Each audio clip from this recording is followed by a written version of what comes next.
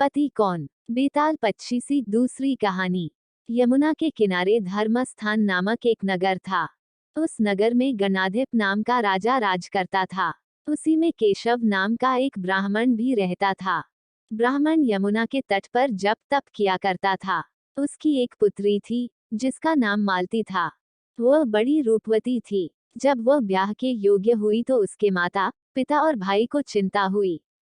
संयोग से एक दिन जब ब्राह्मण अपने किसी यजमान की बारात में गया था और भाई पढ़ने गया था, तभी उनके घर में एक ब्राह्मण का लड़का आया।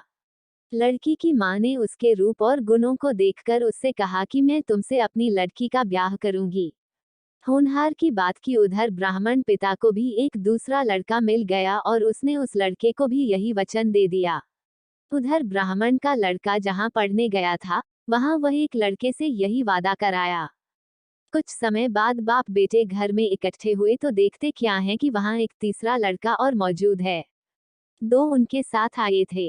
अब क्या हो? ब्राह्मण, उसका लड़का और ब्राह्मणी बड़े सोच में पड़े। दैवयोग से हुआ क्या कि लड़की को सांप ने काट लिया और वह मर गई।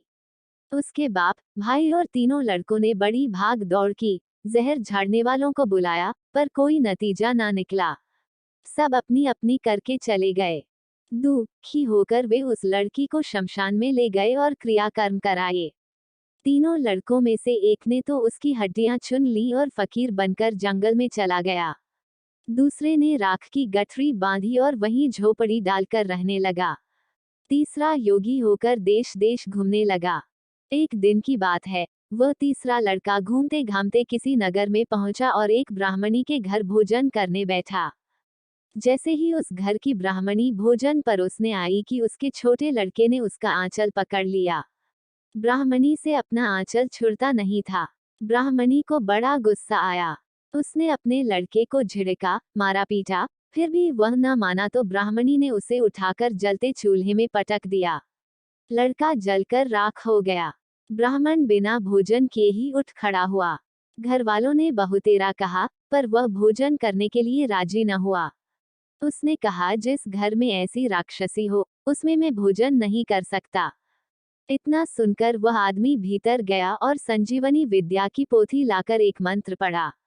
जलकर राख हो चुका लड़का फिर से जीवित हो गया। यह देखकर ब्राह्मण सोचने लगा कि अगर यह पोथी मेरे हाथ पड़ जाए तो मैं भी उस लड़की को फिर से जिला सकता हूँ। इसके बाद उसने भोजन किया और वहीं ठहर गया। जब रात को सब खा पी कर सो गए तो वह ब्राह्मण चुपचाप वह पोथी लेकर चल दिया।